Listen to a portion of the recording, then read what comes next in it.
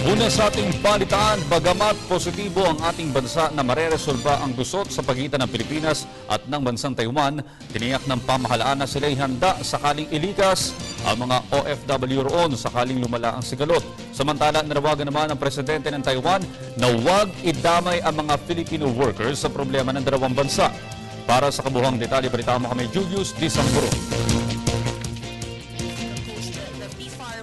Tiniyak ng pamahalaan na handa sila sa posibilidad na mga manggagawang Pinoy na maapektuhan ng gusot sa pagitan ng Pilipinas at bansang Taiwan.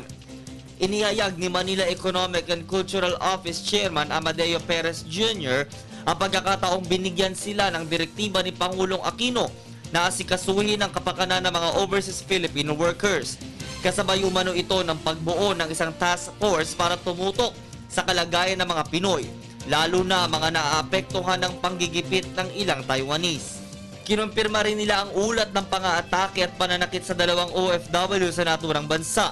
Kasunod ito ng insidente ng pagkuyog ng mga Taiwanese sa isang Pinoy gamit ang isang baseball bat na ikinaospital ito noong Mayo 16. Kaya't pinayuhan ng pamahalaan ng mga Pinoy sa Taiwan na limitahan muna ang paglabas sa mga pampublikong lugar.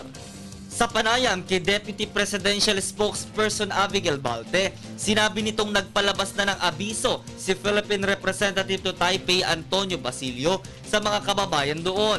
Dagdag pa niya ang paalalang kung walang importanteng lakad sa labas ay manatili na lamang sa tahanan para makaiwas sa gulo.